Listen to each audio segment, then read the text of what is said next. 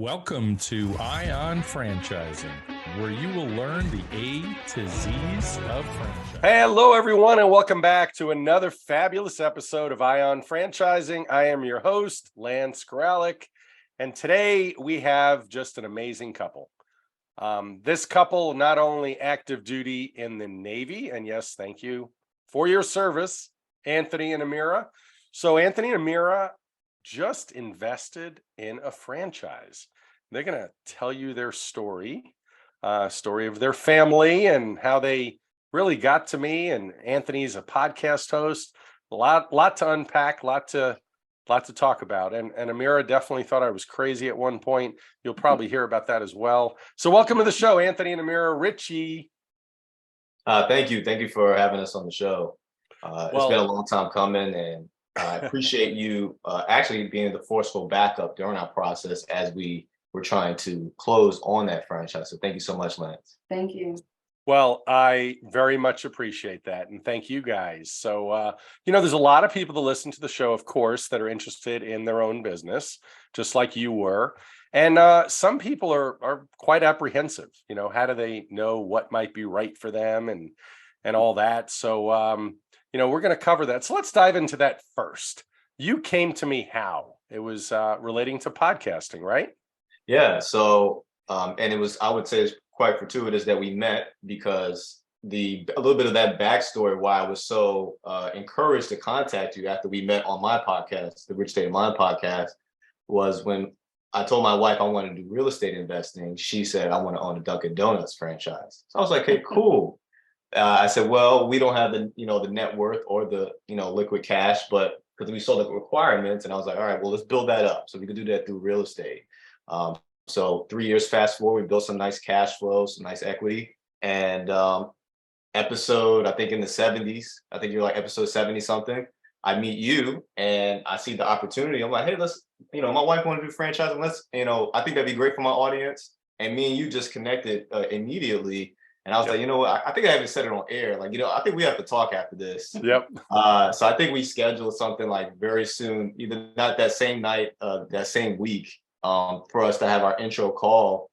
And you connected with my wife immediately as well. I know you made some jokes about the Dunkin' Donuts franchise. Don't tell anyone. And we were able to figure out what was best for us. And you gave us about 5 options. And my wife and I, we went over those options, and we were landed on like Window Genie and Accelerated Waste Solutions. What was your memory on that? Yeah, it was, you presented us with 5 and they all seemed different, but similar. Like it worked for our personality and what we did on our 9 to 5, pretty much active duty. Because I believe one was the home health aid kind of thing. Yeah, and I was very interested in that. It was. Because you could be a master franchisor. So that was kind of cool, but you couldn't be an absentee operator. Yeah, and you didn't even worry about like medication and things like that. And it was helping the community. So that was something that we're passionate about as well. But it was a little bizarre. And, everyone who we spoke to about the Dunkin' Donuts was like, don't do it. Like, you guys don't know what you're getting yourself into. Yeah. But now that we're franchise owners, we understand the process and what we need to, start off with, and the understanding and the fact that it's ours. Like, we're the team, we're the ones driving it. But it was an interesting experience because we were able to speak with one of the Window Genie. Yes. So we spoke with him, but the requirements, the obligation was too much, because the purpose of the franchise and us doing it is to spend more time at home with our family. Although we know up front we wanted to give about 40 hours, babe? Yeah, I expect the first 18 months to be a grind. I would shoot for a shorter time frame, but we understand that for it to be a coast after that, 18 months, okay, great. I give you 18 months. But the main purpose was to not to be engaged at home, like not to obligate ourselves to other people again, but to be home, especially with us deploying and, Anthony losing so much time out with his kid. And then I lost about 3 birthdays for my daughter. So, but Accelerated Waste definitely fit who we are and what we needed and how we were trying to accomplish our goals and how fast we were as well. So it was a perfect fit for our personality. And I you knew love that. it.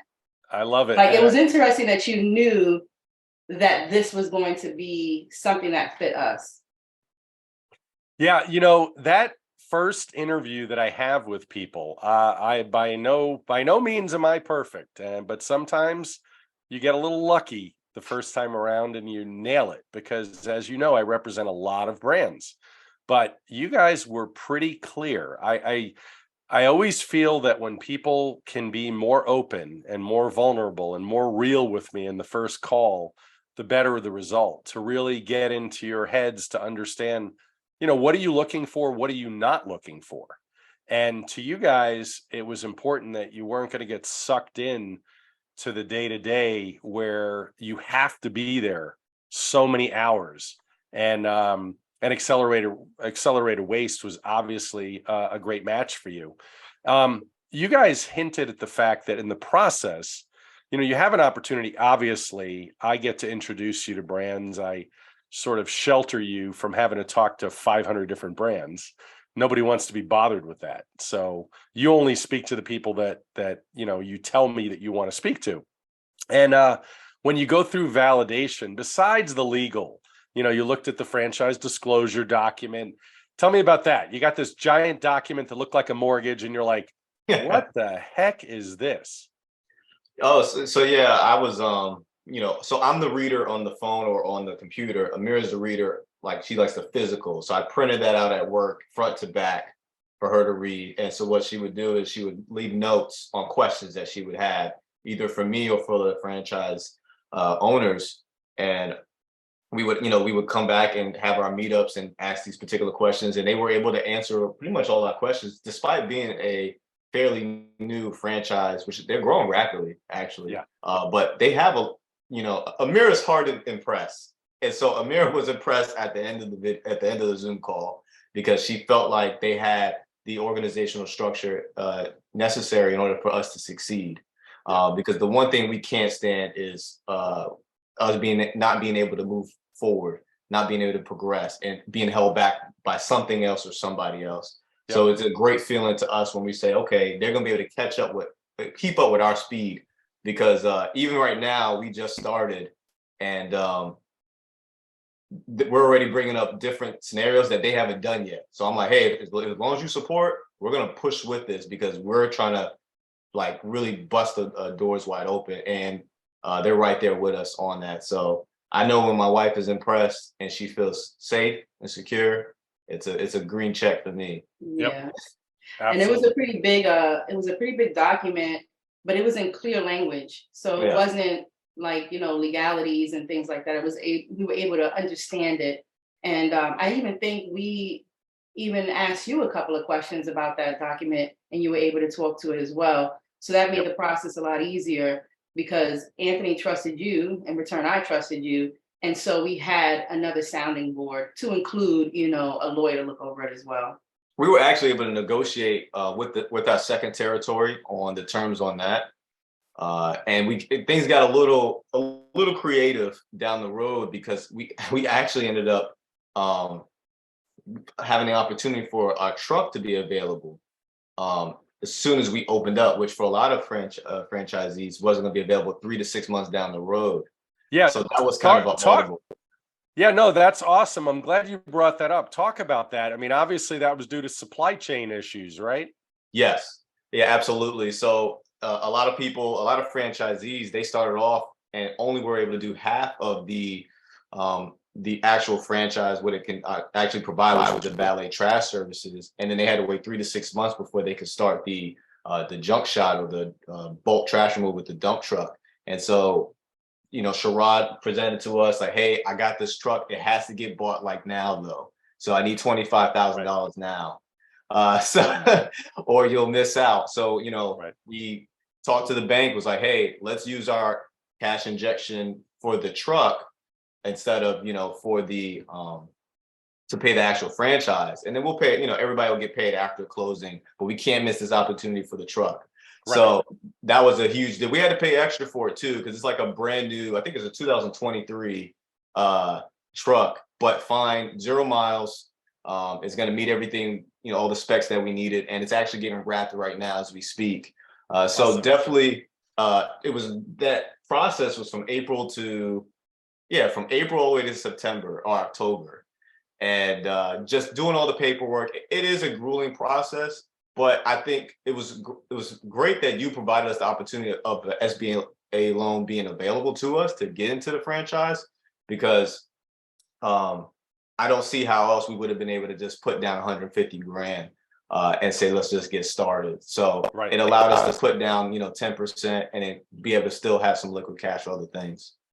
So yeah, leveraging your money is rather valuable in the process, and I love that you were able to do that. As you know, being a real estate investing is all about leveraging money. Why don't you share with us some of your experience? When you started with real estate investing, how did you get involved in that in the first place? I mean, because you obviously had some sort of taste for being your own boss, investing for yourself. I'm sure Amyra is the brains behind that, right? She's definitely. I always use this analogy. If you ever seen the movie 300, when Leonidas has that messenger, and he looks at his wife before he kicks him into the pit. So that's us. Before I do something, I look at her and she nods her head. I kick that investment or whatever deal into the pit. I love it. So that's kind of how we operate.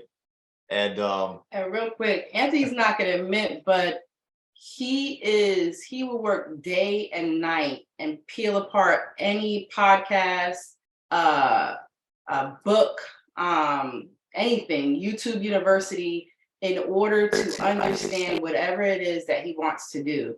So before him and I even met, he was already 5 years into what he wanted to do with real estate. And so just understanding the language and what he needed in order to explode when it came down to him doing investments. Yep. And so when he approached me, when we, eventually dated, got engaged, and then got married, and he's like, hey, babe, this is what I want to do. I said, okay, I'm kind of like I'm better with, paper and pen, because he was just rambling off all this stuff. Like, let's do this, let's do that. And I'm like, okay, babe, write it down. Let's see, give me a business plan. And he did. Yep. And I was like, all right, let's do this. And we had about $2,000 to invest in? Yeah, it was like $1,500 we started off with. Yeah. And that was between the earnest money and I think some materials I bought for the roof that needed to get fixed in order to pass appraisal, which is like a whole crazy story. I had the day before before we closed, I had to fix a roof / shingles with my dad on the detached garage. On the triplex. Yeah, on the triplex. So yeah, with a flat light, the head flashlights, doing it real quick so the appraiser could come that morning, and then so I could close. And then it was a great investment. Oh yeah, it was great. Yeah, it was. I'd say maybe not a home run. It was a triple. I hit a triple on that. Yeah, that's okay. Nothing wrong with that. And he came out, because when I bought my first condo, I wanted to paint, but he came out with paychecks. They were giving him money. Right. So then I was like, I think he's onto something. And so he flipped that. I love it. So he was on something a little bit. And then a year later, we went ahead and got the duplex. A few months later. A few months later. Yeah, a few months later, we got a duplex. And we rode that wave. We rode the pandemic wave of, the equity, skyrocketed with our properties. And then we had our challenges with the tenants. Yeah. People stopped paying their rent.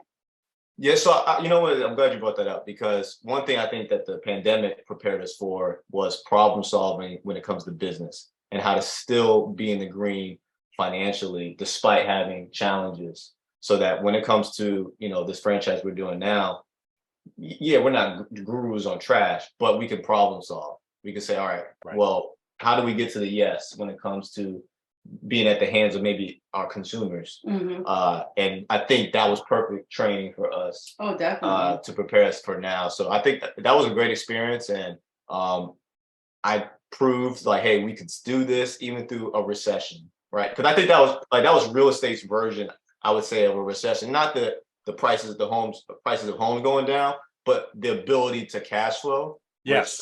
People were still foreclosing on their homes because renters weren't paying. So I'm not too concerned about the looming recession because I have faith in our ability to be able to figure out and how to pivot. I think we talked about this on our podcast. Like the money doesn't go anywhere. It just pivots somewhere else. And you just have to figure out where that's at so that you can still make your cash flow. Yep. And obviously the business that you chose is essentially recession friendly. So you have no worries. So let's talk a little bit about that for the viewers or the listeners out there hearing us right now. Talk a little bit about what accelerated waste and junk shot are all about. So accelerated waste and junk shot is considered a tech waste firm. And so the reason why they are classified as that or call themselves that is because we're the only franchise where you can schedule us through an app. You can take a picture of your junk and then you'll get a quote straight through the electronically. You can pay electronically or you can pay in cash. And that's what kind of sets us apart. There's no other franchise that's able to do that. And it makes it very convenient as well versus, having to look through the yellow pages or through Google for that.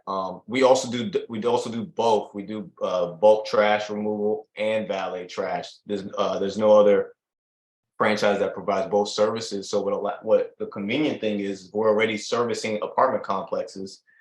We can roll in there and say, hey, we also do valet trash. So not only picking up their bulk trash at a discounted rate, we're also getting that contract with the valet trash service. And we're hitting markets that a lot of our competitors like 1-800-GOT-JUNK or what is it, College Hunks? College Hunks, yeah. They're mostly geared towards residential versus we're geared towards commercial or B2B. Yeah, good. No, I love that answer. And this leads me into, when you were part of the process, because a lot of people listening have these sort of apprehensions. How do I know with all of these businesses and all these options, what's right for me? And as you guys know, I tell people all the time, there's a lot of great businesses out there that are not sexy, but money is sexy. Money buys freedom and everything that we all want, between you two and Tatiana and Isabella, you want to spend time together. We do. So find me something that we can do to build generational wealth for my family. So as you went through the process and you like Shiraz and the founder, of the brand and everything, it checked all the boxes. You got to validation where you actually had conversations with existing franchisees. Talk about that process. Hearing from real live people that actually do it every day. Yeah, which was quite exciting. And they were awesome people. Andrea and her husband.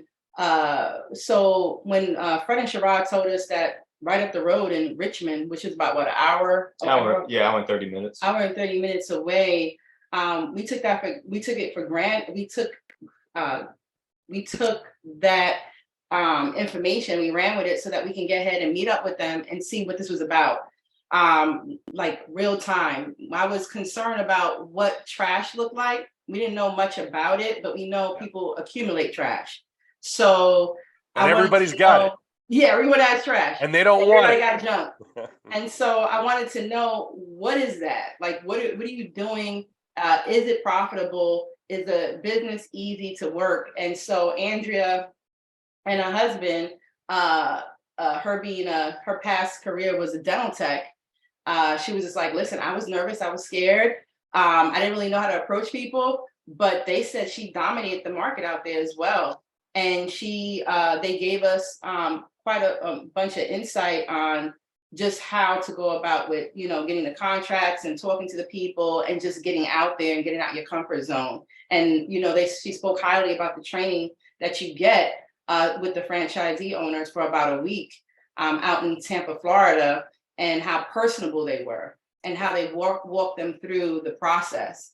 And so she spoke highly of it. And we even went over to Richmond. Anthony did. I was on FaceTime because I have the baby.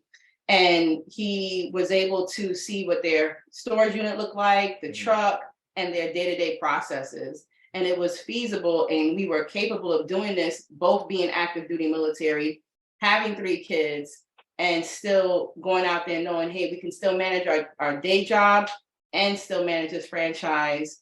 And it was something that Anthony and I are like, okay, this is going to be our retirement. This is our nest egg right here. And we're going to make the best of it. Yeah, I love it.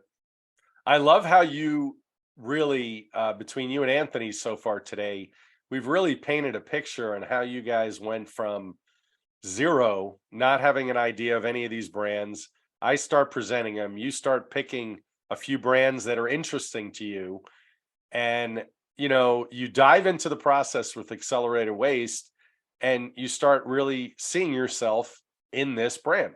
And that's really exactly how it's supposed to be. And then, Anthony, when you mentioned earlier, some of your ideas that you have already, the collaboration piece is huge. And obviously you understood that in the stages of, exploration, if you will, or discovery, that you want a brand that's going to be flexible with you, right?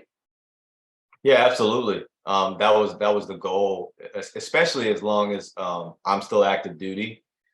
And moving forward, we don't want to get another job. I think we've done enough working to me and my wife. We've done enough working as it is. The laboring. And maybe that timeline has expedited a bit compared to maybe a civilian, because in the military, I'm waking up at 3:45 in the morning and I'm getting home at Show off. Yeah. So maybe to me, 15 years is maybe 25 to me.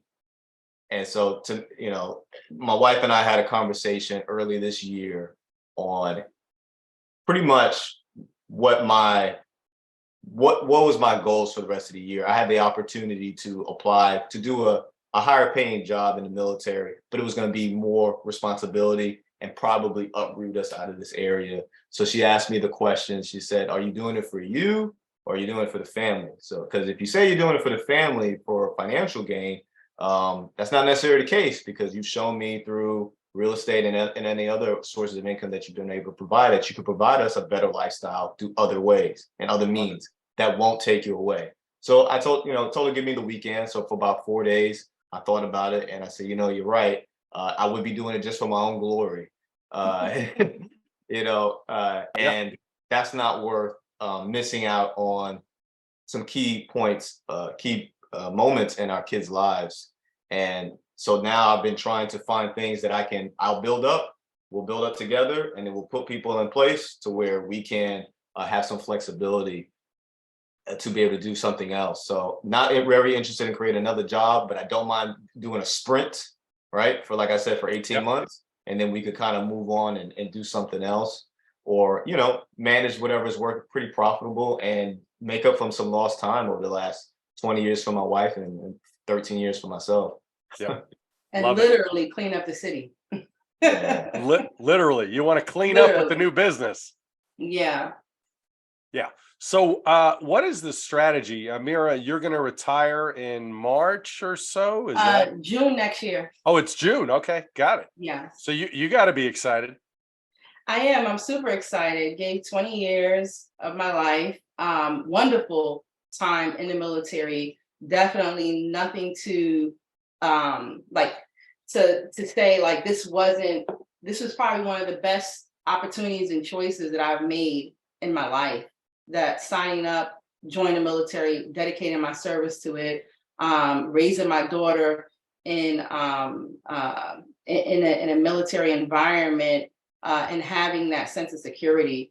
So and met great people in the time, and to include my husband. So that was a plus. But without him, there's no kids. That's for sure. I would have had a lot more money to spend, but what's all the money when you don't have people to share it with?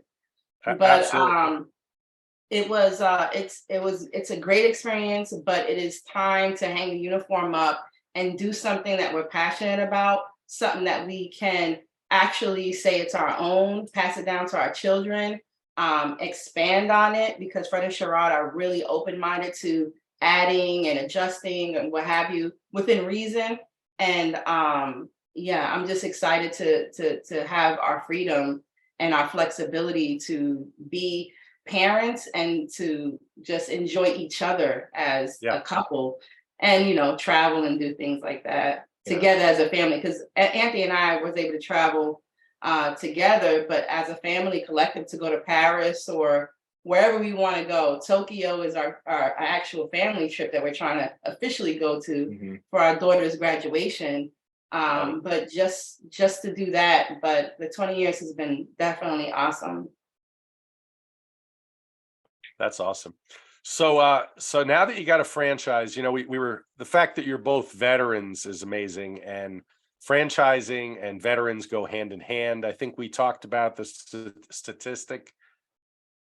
About 14% of franchise owners are veterans, which is pretty amazing. Considering the general population, what's the general population? 5% of the general population maybe is veterans? Not even? What do you think? I know 1% are active duty. So yeah, probably 5%.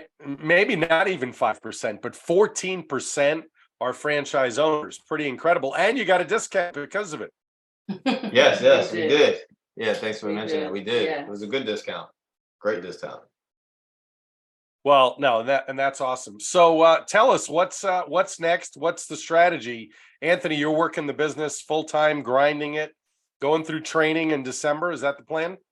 Yep. So the plan is to go to Tampa. Talk about that training and how much training is involved and what you have to do. So usually it's 9 weeks, but we had to do at least half of those weeks, at least 4 of those weeks in order for us to close for the SBA loan. So we're opening up faster than the average franchisee, which is fine with me because I'm so revved up and ready to go. So I feel like sometimes I'm tasking them, the franchisors, like, because I'm already been ready. So I'm already ready I've had like emails in queue, like boop, as soon as we got started for all my questions and all the things that I wanted to do. So so we got the training, and then we'll enjoy some family time in Tampa together after the training as well. And the training includes? Well, yeah. So the training includes the marketing. The marketing is the biggest thing to me. That's why I'm saying they're number one. I think in order for us to do and for those people that know about maybe SEO, you can do an SEO sprint. So that SEO sprint will allow you to kind of jumpstart you into Google, for Google to start kind of catching you up to be on the first page if somebody happens to type in, junk removal. So a better chance of that. So we've talked to that team to get us started with that. We started buying flyers and brochures. Amyra and I have been talking to a couple of our friends that we don't mind paying them to say, hey, start just dump it off at people's homes, right? We got 1,000 of them. We've also talked to people to see if they're interested in, hey, for $200 a month, put this car magnet on your car. For some people, that's half their car note. I love it. And just drive around, they do their normal driving around with it. It's a great idea. Yeah. So, I've had time to think about this stuff, right? We also, we meet with a radio station tomorrow at Barnes and Noble's to get on the local radio station for an advertisement. So the marketing is huge. The other thing is having your employees, the hiring process. So we actually have training on that. Today's Tuesday, so Thursday. And that's important to Amyra and I because, as you know, in the military, we're very used to, hey, you do as I say, or that's your behind. Like, that's it. It's really pretty cut and dry, black and white. But one thing that we have observed when we were talking to Sherrod and Fred and even Andrea and Leighton is that you want people to feel like they're really a part of a team, and it's a lot more incentive based, we would say, right? Versus in the military, it's kind of like just do as you're told because that's what you get paid to do. Right. But I did like the fact that there was an incentive, so it was a give and take for both sides. So that's going to be our approach when we hire our manager, hire our tech and our driver, to really make them feel like they're part of a family. Hey, we got your back, because you're out there hauling junk and trash, right? You're doing hard labor. Right. So the last thing you want to do is be treated like trash too. So we don't want that. Yeah. So that's pretty big to us. Not really concerned, but to change our leadership style. We're good at managing, but we want our leadership style to change a little bit to better, pretty much better assimilate ourselves into the private sector. Yeah. To where people like, hey man, we don't talk like that to people around here. Right. Yeah, but They all drop the somebody and make them do some push-ups if they're not doing what they got to do. That's right. That's right. You guys got to dial it back a little bit. Yeah. No, but all the stuff you're talking about, I mean, the beauty of franchising is somebody has gone through this already. It doesn't matter how many people, you've seen this success, and really franchising is modeling success. That's it. You're just modeling the success of the brand. When you have an issue with something on how to hire, for example, you'll get those helpful hints, so to speak, and tips from all the existing franchisees, from the leadership team. So it's super exciting. You know, you're not going to this all by yourself. You have plenty of help. And that's the wonderful thing about it. We even have someone coming now to sit with us out here for what, 3 days, 4 days? I think a week. Yeah, for about a week. Yeah, before, when we open, Awesome. to help us and, you know, pretty much handhold us through some of the processes and some concerns. They help us with our elevator pitch. Everything that we have questions about, whether it's from even the advertisement of jobs that we have available to how we should go about introducing ourselves. They have guidance and recommendations to help us succeed. And that's the wonderful thing about it. You're not doing it by yourself. Yeah. Even with our contracts, our first couple of contracts, you know, one of the reps will be coming out here and help us close. I love it. No, that's fantastic. Well, look, I want to obviously congratulate you again on getting it done and setting yourselves up. I absolutely love it. And it was absolutely a pleasure, you know, from my standpoint, working with you guys. I love helping great people get into business ownership, and this was your first one. So what are the final thoughts or words of wisdom about your experience with me you'd like to share with everybody? You want to go first? No, you go. I would say be consistent. You may not get, you may see some success stories on social media. Hey, I bought 50 units in a year, my first year. Don't really compare yourself so much to what other people are doing. Compare yourself to what you were yesterday. So if you know something more than what you did the other day, then you're making some type of progress. Yes. And you know, there were people that actually closed on their franchise that started, I think, after us. And that was okay because we were still working towards our goal, and now this is our time. And come to find out, I guess it worked out, right? Because the truck became available right when we were ready to get started. So, you know, be consistent. And I think as you execute your plan, opportunities will come your way. Can I say it better? Oh. What was that, Amyra? What was that, Amyra? I said I couldn't have said it better. Yeah, yep. Trust the process. And, you know, I know a little bit, we are slightly unique in some ways because, you know, we're a dual income home. You know, we're both active duty chiefs. We have, you know, 3 kids, and some people may be a single parent home, or, you know, they're together, but they're not married. But there's an opportunity for somebody out there. You know, don't be afraid to make money. And somebody that Anthony had in his podcast, Nate Berger, he's like, scared money don't make money. So you have to take a risk in order to be successful, get out the norm. Don't just deal with this conformist attitude, and just, you know, trust the process and know that if you want to do something, you can, and it's possible, no matter your age, how many kids you have, if you're married or not. You can be a success story as well in your own version, whatever success is to you. I love it. Well, thank you both for being here. Listeners, I found Anthony and Amyra a franchise, and they actually still like me. So that's my final thoughts for the day. And no, seriously, thank you both for being here and sharing your story. It's scary for a lot of people. It wasn't scary for you. And if it was, you didn't show it.